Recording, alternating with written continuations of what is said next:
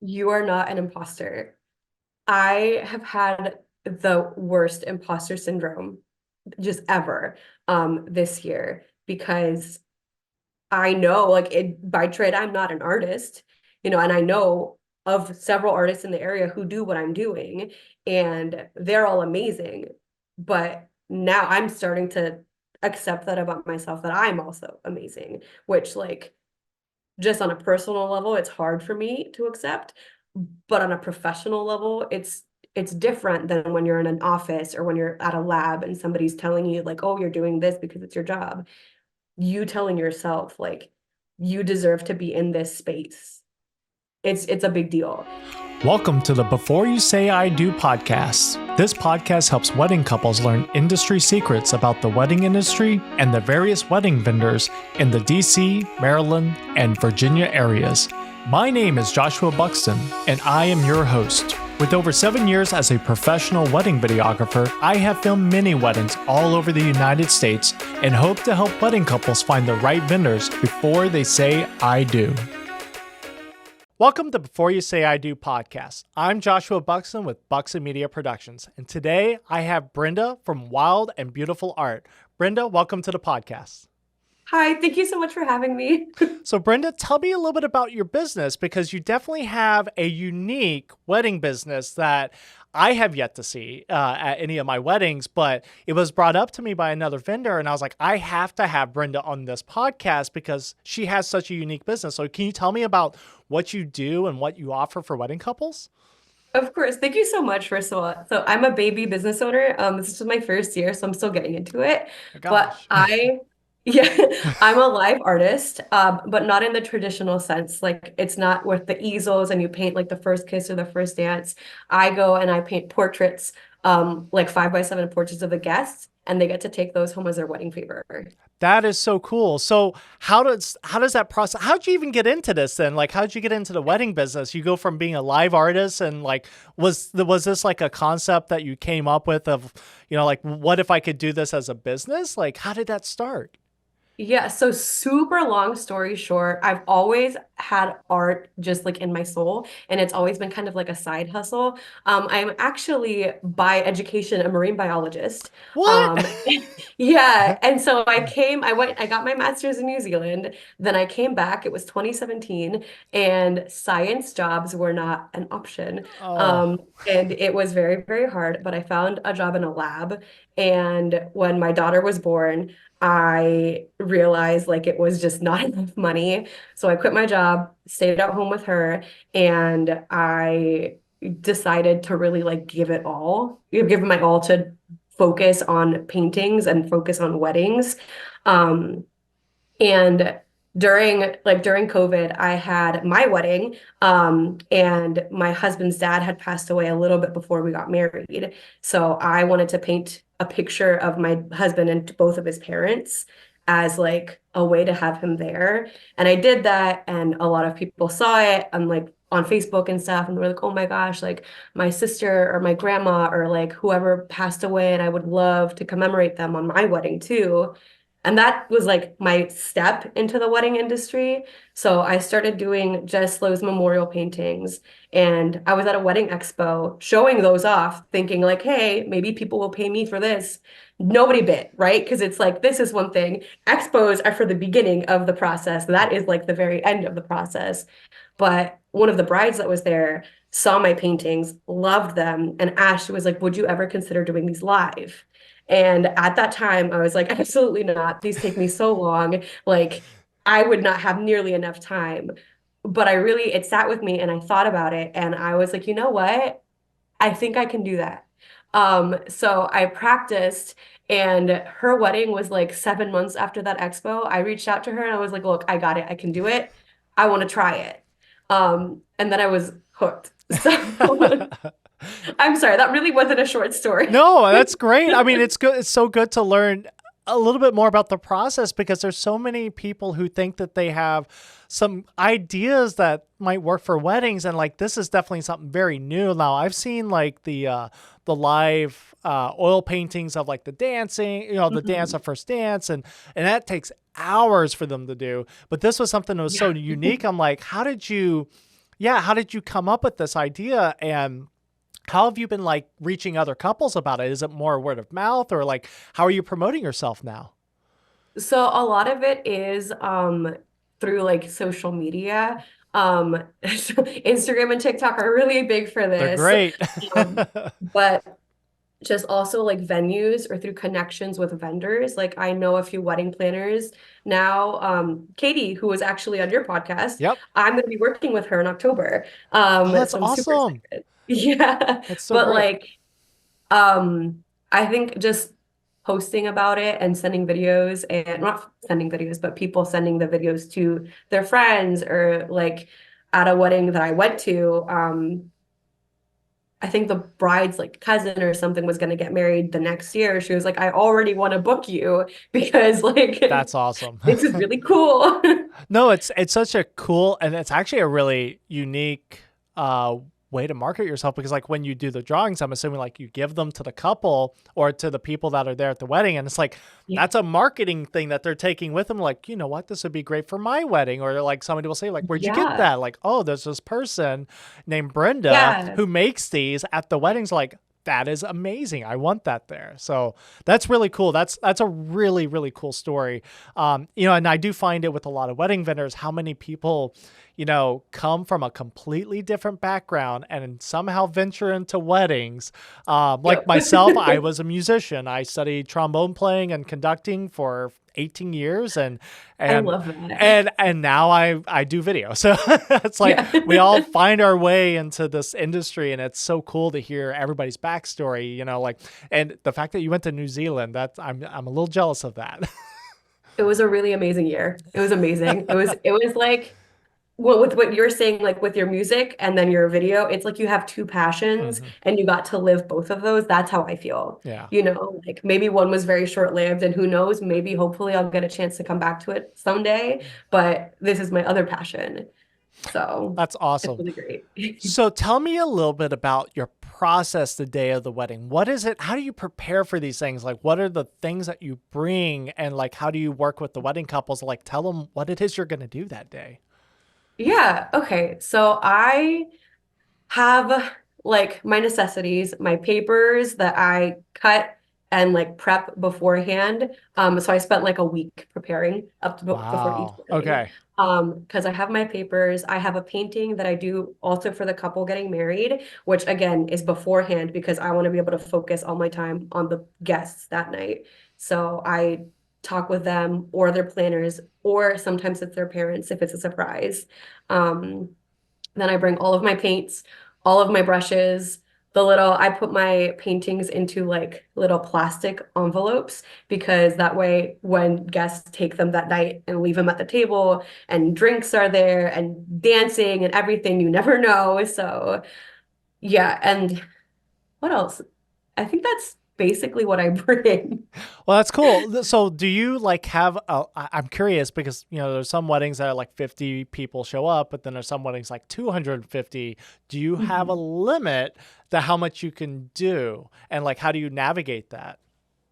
So I have different packages. I like start at 4 hours, but I can go up to six or more if needed. And each of those has like the 4 hours covers 150 people, the next one covers 200, then 250. Um, and you can add guests, like even if it's just 4 hours and you have 300 guests, like you can obviously like add that in the package.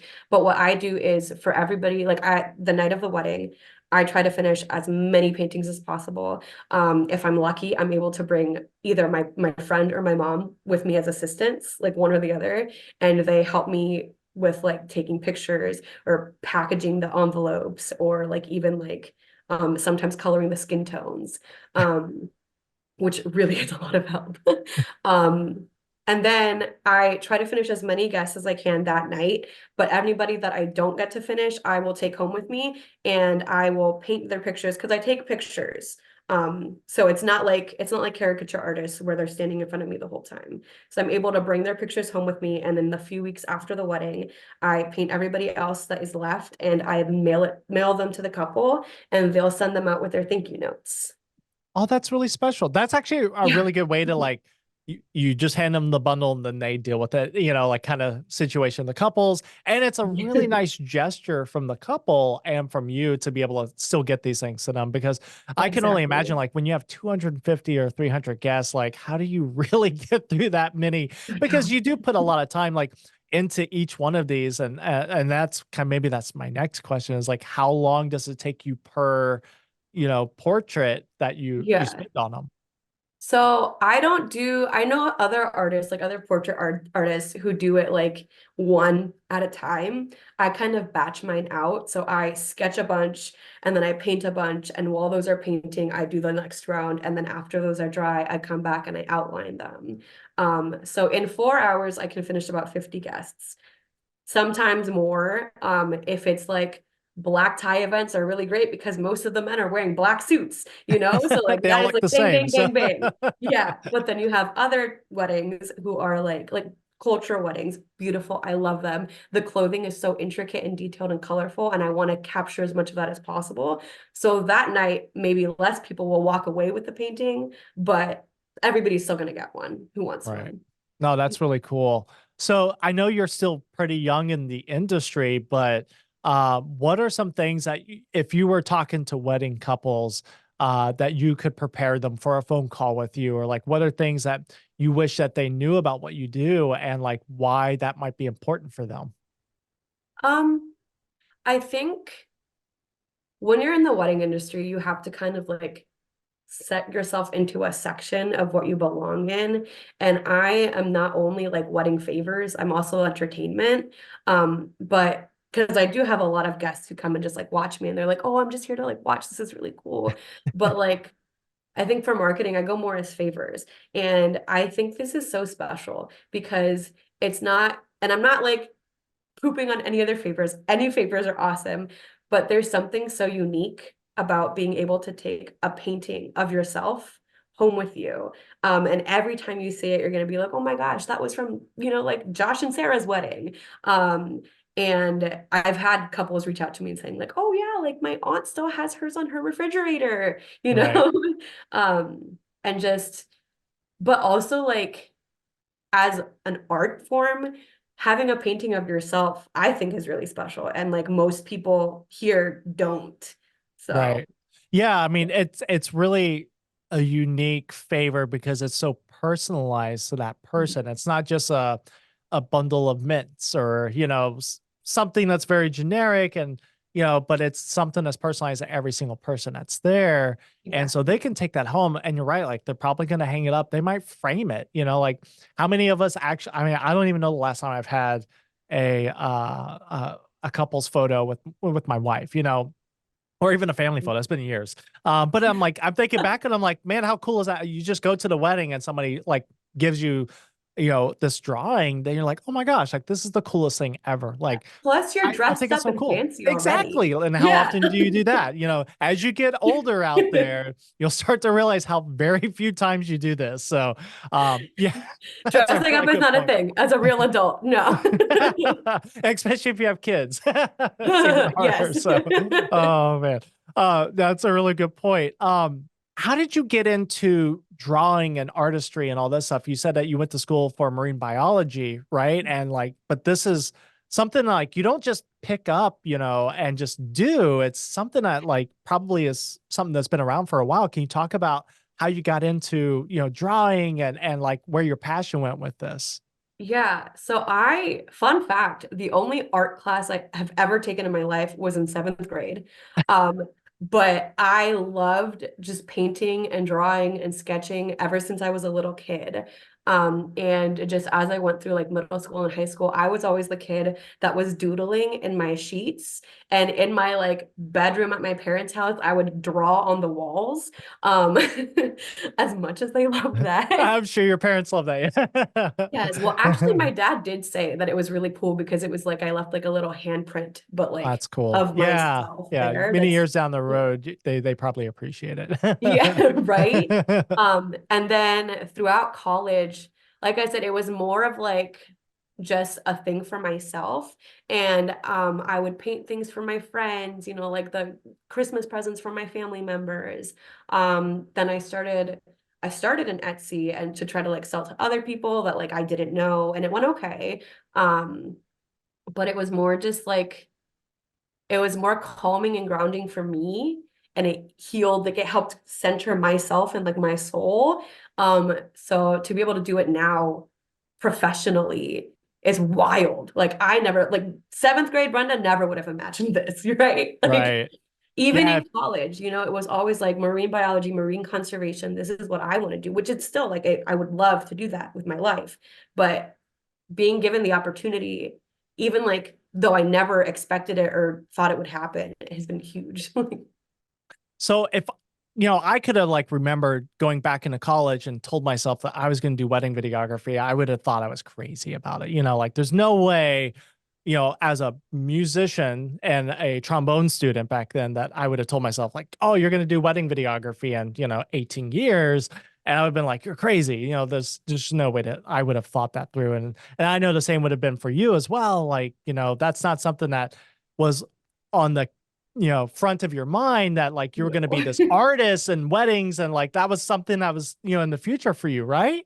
Yeah, like it wasn't even in the future. It was just something that was there as a hobby, Right, right. like if I had known, probably would have taken some classes. Like I would like to know how to actually paint or actually sketch. I still feel like an imposter sometimes. But Yep. like back then, anything related to like just art, it was like, oh, like you're gonna be an artist. That's a starving artist. Like, whereas like no, the reality was like I was a starving scientist. I'm a Right. thriving artist now. But Right. like never would have thought in a million years that this would be my life right now. No. So, Yeah, absolutely. It's crazy how life changes and it puts us in the places we were meant to be, I think, and I'm a firm believer that everything happens for a reason, and I'm here because this is something I know that I'm passionate about, and that most wedding vendors that I talk to, that's what they're passionate about. And so it's really cool to hear your story and to hear more about what you do. One quick question, actually, we have two questions before we get to the end of this, but like, what are some things that, as an artist for weddings, that you're kind of seeing that you really enjoy when you're there at the weddings and stuff? Like, what are some memorable moments that you've seen? um, I have a few. I just really like, I think the way that I do it, I'm able to talk with a lot of the guests. And as wedding vendors in general, like you don't really get to talk to any of the guests. You get to just talk to the couple or talk to whoever you're working with. Hmm. But it's really nice to be able to even just get a few minutes here and there with people, so they can tell how they know the couple or how like why they're here and how they mean so much to them. But like memorable wedding moments, because I paint the portraits for the couples, they get to have like their own little reveal. And sometimes, I've had a few who have had parents pass away too, Mm. which always hits me so directly because again, that's how I started because my husband's dad passed away. So when I get to do that for a bride or for a groom and witness that moment, it's so impactful because like I've had people tell me like this is something that we never would have imagined possible, is like seeing her dad here on this day, and then now they get to have that with them and Yeah. take that, and it's just, ugh, I'm getting emotional. I Yeah. have one less emotional, but yeah. No, I mean, so we deal with definitely the same thing with wedding video. I've been told a couple of times, like, we capture some moments of the family, parents, grandparents, aunts, uncles, and then find out 8, 9 months later that one of them passed away. But because they were captured in the wedding videos, that's something now that wedding couple has, and like they were able to see that again and like remember them, and it's a way to remember them. And Yeah, like they're memorialized. they're memorialized with art, with video, photos, and those are things that you get to keep for so many years, and that you can share with your kids and grandkids, and you will never regret having those things, that's for sure. Yes, this is why schools need to fund the arts. Like this is Absolutely. what this is what feeds your soul. Absolutely. Yeah. So we'll get into our last question as we start to wrap up. But first off, it's been a pleasure being able to have you on here and learn more about your art and what you do for the wedding industry. But if you could tell yourself one thing when you first started that you think you would benefit from, what is that one thing? You are not an imposter. I have had the worst imposter syndrome just ever this year because I know like it by trade I'm not an artist, and I know of several artists in the area who do what I'm doing and they're all amazing. But now I'm starting to accept that about myself that I'm also amazing, which like just on a personal level it's hard for me to accept, but on a professional level it's different than when you're in an office or when you're at a lab and somebody's telling you like, oh, you're doing this because it's your job. You telling yourself like you deserve to be in this space. Mhm. It's a big deal. And I think, yeah, I think I would say either you're not an imposter or you deserve to be in this space.